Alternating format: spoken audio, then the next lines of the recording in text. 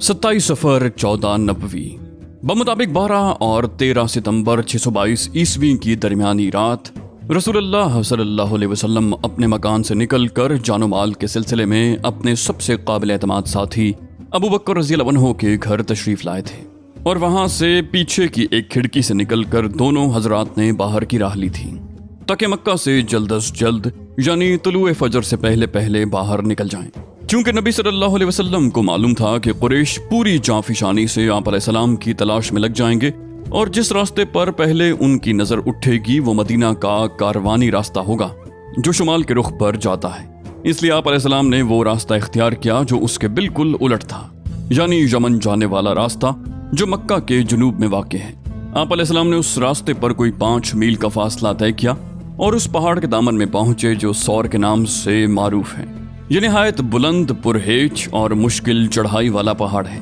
यहाँ पत्थर भी बकसरत हैं जिनसे रसूलुल्लाह सल्लल्लाहु अलैहि वसल्लम के दोनों पांव जख्मी हो गए और कहा जाता है कि आप अलैहिस्सलाम निशाने कदम छुपाने के लिए पंजों के बल चल रहे थे, इसलिए आप अलैहिस्सलाम के पांव जख्मी हो गए। बहरहाल वजह जो भी रही हो, हजरत अबू बकर रज़ियल्लाहु अन्हु ने पहाड़ के दामन में पहुंचकर आप अलैहिस्सलाम को उठा लिया और दौड़ते हुए पहाड़ की चोटी पर एक गार के पास पहुंचे जो तारीख में गार सौर के नाम से मारूफ है।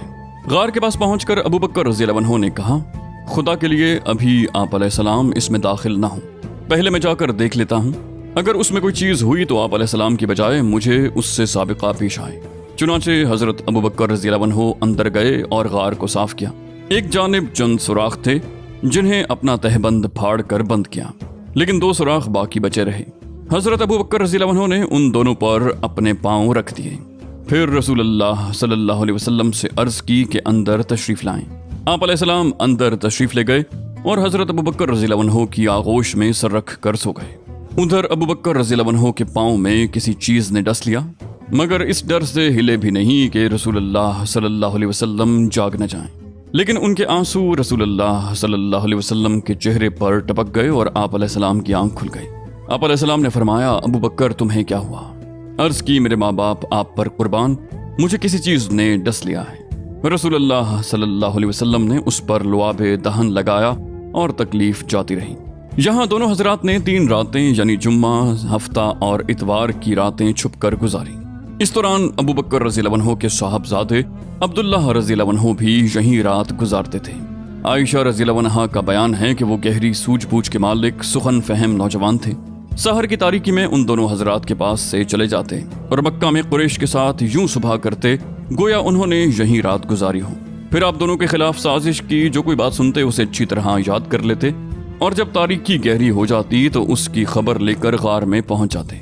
उधर हजरत अबू बकर रज़ियल्लाहु अन्हु के गुलाम आमिर बिन फुहैरा बकरियां चराते रहते और जब रात का एक हिस्सा गुजर जाता तो बकरियां लेकर उनके पास पहुंच जाते। इस तरह दोनों हजरात रात को आसूदा होकर दूध पीते, फिर सुबह तड़के ही आमिर बिन फुहैरा बकरियां हाँक कर चल देते। तीनों रात उन्होंने यही किया। मजीद ये कि आमिर बिन फुहैरा हजरत अब्दुल्लाह बिन अबी बकर रज़ियल्लाहु अन्हु के मक्का जाने के बाद उन्हीं के निशाने कदम पर बकरियां हाँकते ताकि निशानात मिट जाएं।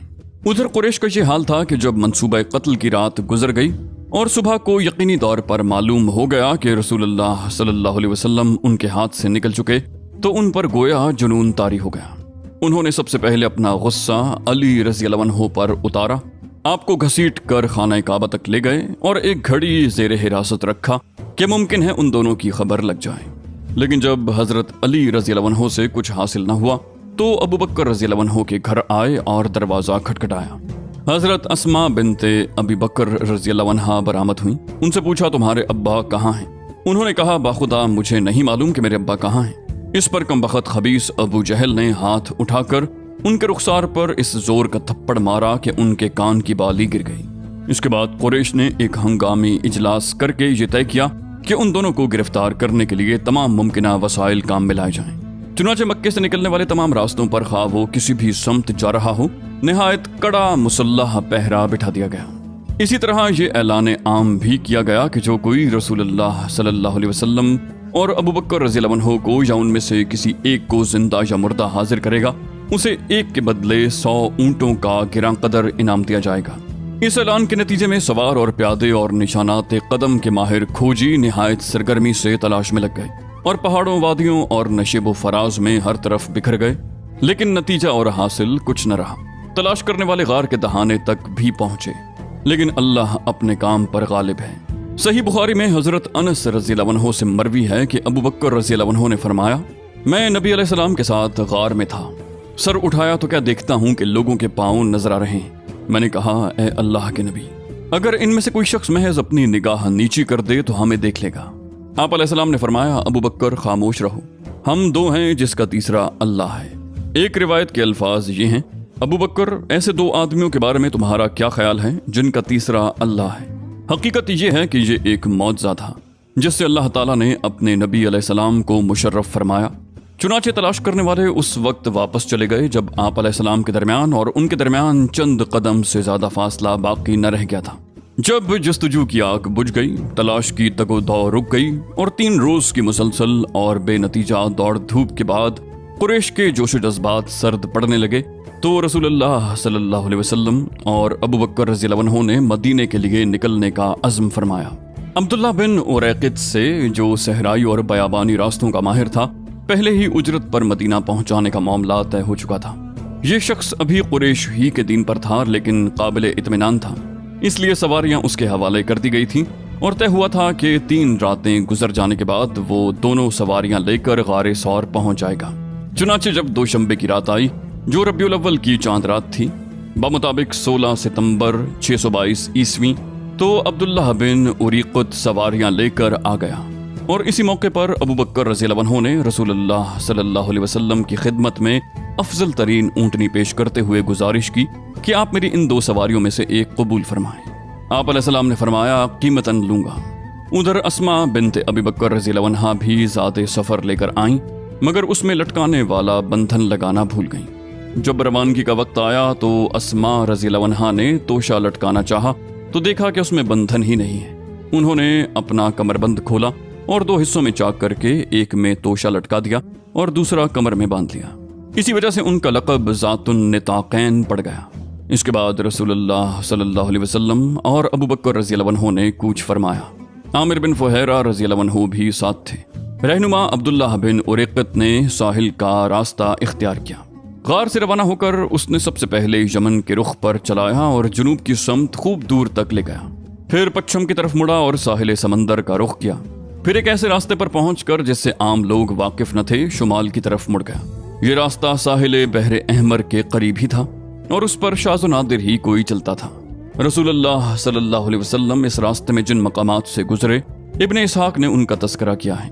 وہ کہتے ہیں کہ جب رہنما آپ دونوں کو ساتھ لے کر نکلا تو زیری مکہ سے لے کر چلا، پھر ساحل کے ساتھ ساتھ چلتا ہوا زیری نے اسفان سے راستہ کاٹا، پھر زیری نے امت سے گزرتا ہوا آگے بڑھا اور قدید پار کرنے کے بعد پھر راستہ کاٹا اور وہیں سے آگے بڑھتا ہوا خرار سے گزرا، پھر سنیت المرہ سے، پھر بیابان لقف سے گزرا، پھر مجاہ کے بیابان میں پہنچا اور وہاں سے ہو کر پھر مجاہ کے موڑ سے گزرا، پھر ذوالعزوین کے موڑ کے نشیب میں چلا، پھر ذیقشر کی وادی میں داخل ہوا، پھر جداجد کا رخ کیا، پھر اجرد پہنچا اور اس کے بعد بیابان تاہن کے اطراف کی وادی ذو سلم سے گزرا، وہاں سے ابابید اور اس کے بعد فاجہ کا رخ کیا اور پھر ارج میں اترا، پھر رقوبہ کے داہنے ہاتھ سنیت العائر میں چلا، یہاں تک کہ وادی ریم میں اترا اور اس کے بعد قبا پہنچ گیا۔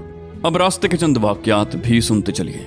صحیح بخاری میں حضرت ابو بکر صدیق رضی اللہ عنہ سے مروی ہے کہ انہوں نے فرمایا، ہم لوگ غار سے نکل کر رات بھر اور دن میں دوپہر تک چلتے رہے۔ جب ٹھیک دوپہر کا وقت ہو گیا، راستہ خالی ہو گیا اور کوئی گزرنے والا نہ رہا تو ہمیں ایک لمبی چٹان دکھائی دی جس کے سائے پر دھوپ نہیں آئی تھی۔ ہم وہیں اتر پڑے۔ میں نے اپنے ہاتھ سے نبی علیہ السلام کے سونے کے لیے ایک جگہ برابر کی اور اس پر ایک پوستین بچھا کر گزارش کی کہ اے اللہ کے رسول، آپ سو جائیں اور میں آپ کے گرد و پیش کی دیکھ بھال کیے لیتا ہوں۔ آپ علیہ السلام سو گئے اور میں آپ علیہ السلام کے گرد و پیش کی دیکھ بھال کے لیے نکلا۔ اچانک کیا دیکھتا ہوں کہ ایک چرواہا اپنی بکریاں لیے چٹان کی طرف چلا رہا ہے۔ وہ بھی اس چٹان سے وہی چاہتا تھا جو ہم نے چاہا تھا۔ میں نے اس سے کہا، اے جوان، تم کس کے آدمی ہو؟ اس نے مکہ یا مدینہ کے کسی آدمی کا ذکر کیا۔ میں نے کہا، تمہاری بکریوں میں کچھ دودھ ہے؟ اس نے کہا ہاں۔ میں نے کہا، دوہ سکتا ہوں؟ اس نے کہا ہاں۔ और एक बकरी पकड़ी।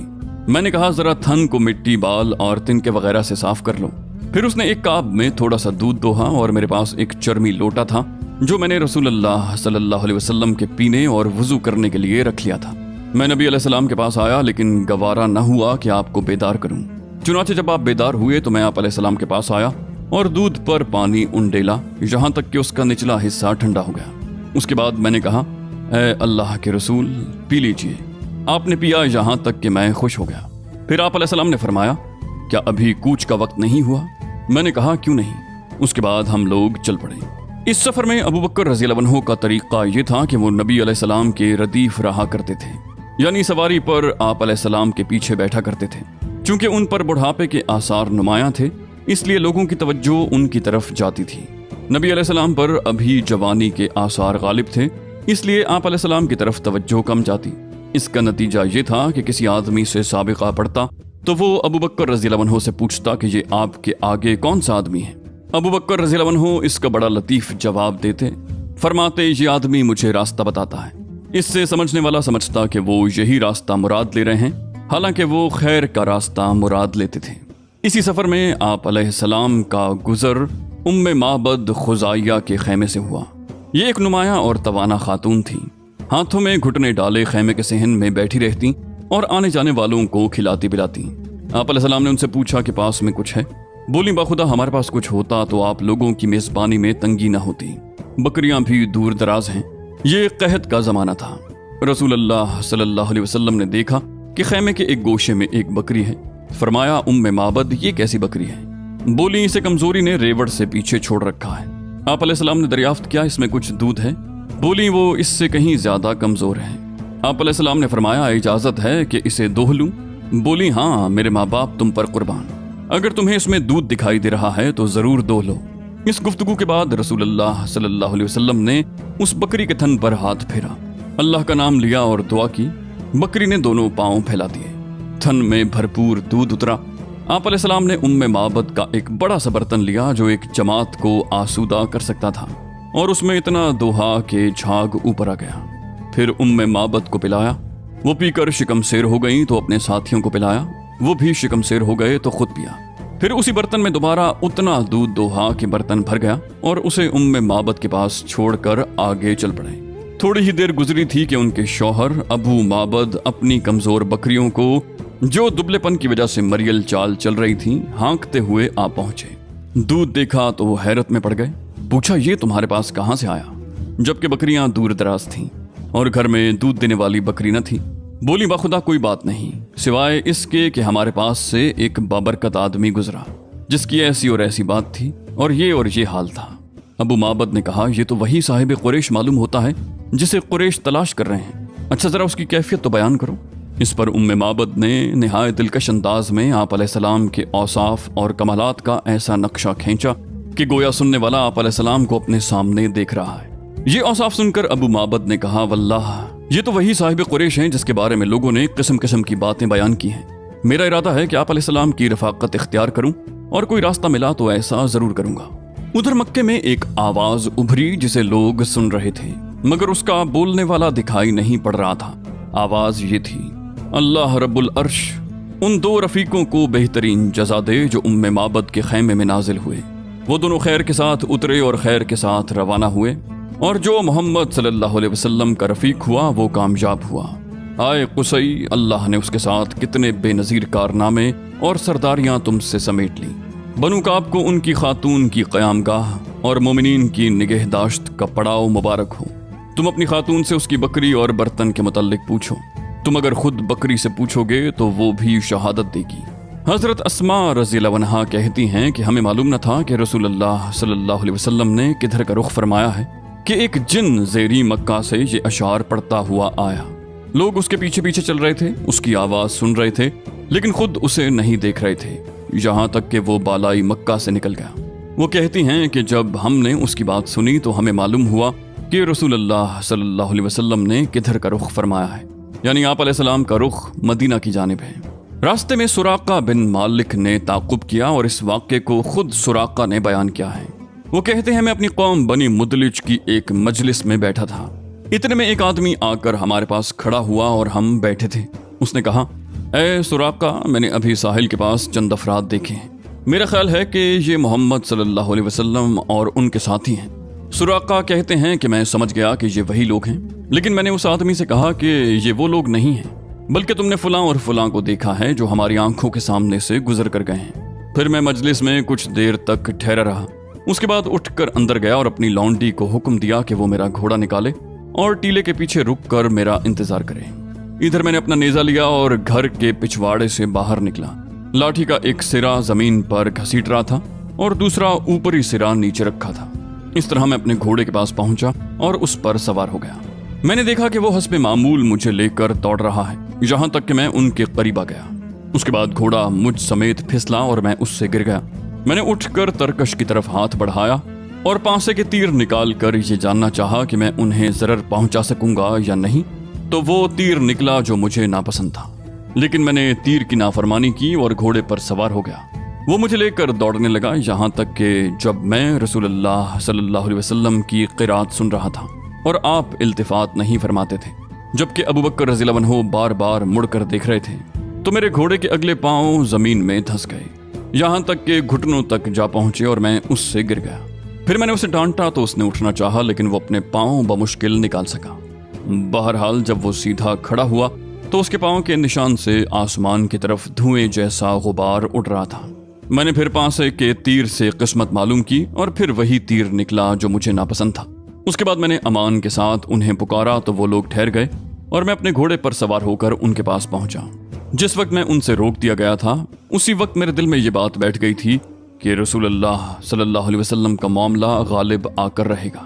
چنانچہ میں نے آپ علیہ السلام سے کہا کہ آپ کی قوم نے آپ کے بدلے دیت رکھی ہے، اور ساتھ ہی میں نے لوگوں کے عزائم سے آپ علیہ السلام کو آگاہ کیا اور توشہ و ساز و سامان کی بھی پیشکش کی، مگر انہوں نے میرا کوئی سامان نہ لیا اور نہ مجھ سے کوئی سوال کیا، صرف اتنا کہا کہ ہمارے متعلق رازداری برتنا۔ میں نے آپ علیہ السلام سے گزارش کی کہ آپ علیہ السلام مجھے پروانہ امن لکھ دیں۔ آپ علیہ السلام نے عامر بن فہیرہ کو حکم دیا اور انہوں نے چمڑے کے ایک ٹکڑے پر لکھ کر میرے حوالے کر دیا۔ پھر رسول اللہ آگے بڑھ گئے۔ اس واقعے سے متعلق خود ابو بکر رضی اللہ عنہ کی بھی ایک روایت ہے۔ ان کا بیان ہے کہ ہم لوگ روانہ ہوئے تو قوم ہماری تلاش میں تھی، مگر سراقہ بن مالک کے سوا جو اپنے گھوڑے پر آیا تھا اور کوئی ہمیں نہ پا سکا۔ میں نے کہا، اے اللہ کے رسول، یہ پیچھے کرنے والا ہمیں آ لینا چاہتا ہے۔ آپ علیہ السلام نے فرمایا، غم نہ کرو، اللہ ہمارے ساتھ ہے۔ بہرحال سراقہ واپس ہوا تو دیکھا کہ لوگ تلاش میں سرگرداں ہیں۔ کہنے لگا، ادھر کی کھوج خبر لے چکا ہوں، یہاں تمہارا جو کام تھا وہ کیا جا چکا ہے۔ اس طرح لوگوں کو واپس لے گیا، یعنی دن کے شروع میں تو چڑھا آ رہا تھا اور آخر میں پاسبان بن گیا۔ راستے میں نبی صلی اللہ علیہ وسلم کو بریدہ اسلمی ملے۔ یہ اپنی قوم کے سردار تھے اور قریش نے جس زبردست انعام کا اعلان کر رکھا تھا، اسی کے لالچ میں نبی علیہ السلام اور ابو بکر رضی اللہ عنہ کی تلاش میں نکلے تھے۔ لیکن جب آپ علیہ السلام سے سامنا ہوا اور بات چیت ہوئی تو نقد دل دے بیٹھے اور اپنی قوم کے 70 آدمیوں سمیت وہیں مسلمان ہو گئے۔ پھر اپنی پگڑی اتار کر نیزے سے باندھ لی، جس کا سفید پھریرا ہوا میں لہراتا اور بشارت سناتا تھا کہ امن کا بادشاہ، صلح کا حامی، دنیا کو عدالت اور انصاف سے بھرپور کرنے والا تشریف لا رہا ہے۔ راستے میں نبی علیہ السلام کو حضرت زبیر بن عوام رضی اللہ عنہ ملے۔ یہ مسلمانوں کے ایک تجارت پیشہ گروہ کے ساتھ ملک شام سے واپس آ رہے تھے۔ حضرت زبیر رضی اللہ عنہ نے رسول اللہ صلی اللہ علیہ وسلم اور ابو بکر رضی اللہ عنہ کو سفید پارچہ جات پیش کیے۔